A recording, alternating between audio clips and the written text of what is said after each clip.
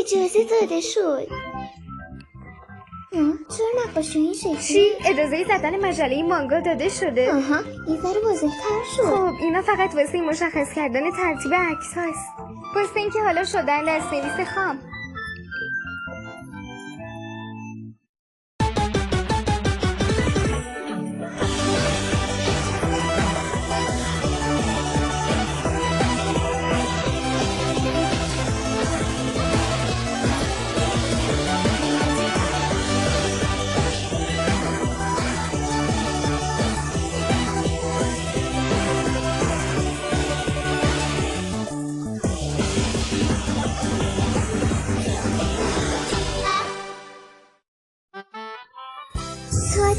از امروز اینجا دفتر مجله آرتست داره. هنوز هیچ کاری نکرده اومدی دفتر گرفتی؟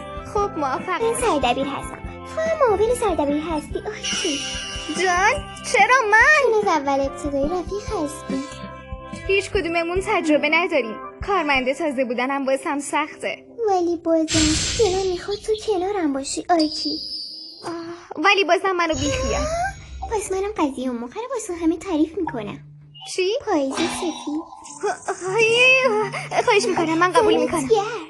خیلی خوب بقیه کارمندا کجان؟ به فکر اونم بودم.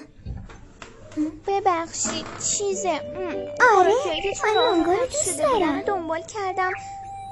اینجا کجاست؟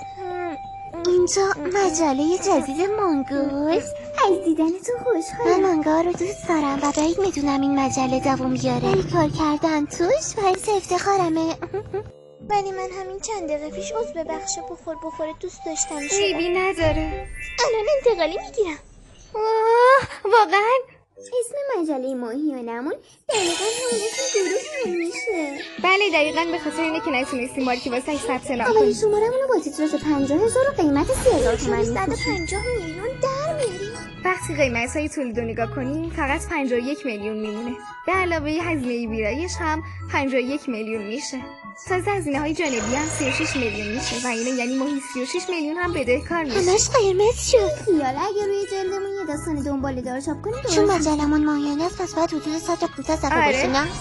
با اون همه صفحه میشه جای متک یا در ظرف غذا ازش استفاده پس خوندنش کجا رفت؟ اگه هر مانگا حدود 30 صفحه باشه باید تقریبا 15 تا مانگا داشته باشیم. یعنی ما میتونیم 15 تا مانگاکا پیدا کنیم؟ تو حمله نکنیم گول نمیزنیم.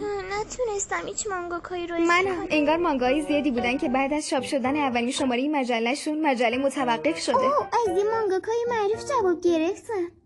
آفرین. معذبانه رد کرد. خدا شفاعت بده. خدا رینگو از یه مانگاکا جواب مثبت گرفته بودی آره؟ آره ولی مانگاشو به یه مجله دیگه معرفی کرده و اونا هم خوششون اومده و میخوان چاپش کنن. شروع کردن مجله چقدر سخته. ولی هرجوری بود تونستیم 15 تا مانگا خدا رو شکر. خب دیگه وقت جشن. بعد از چاپ اولین شماره راست گفتی. بچه ها میریم تو کارش.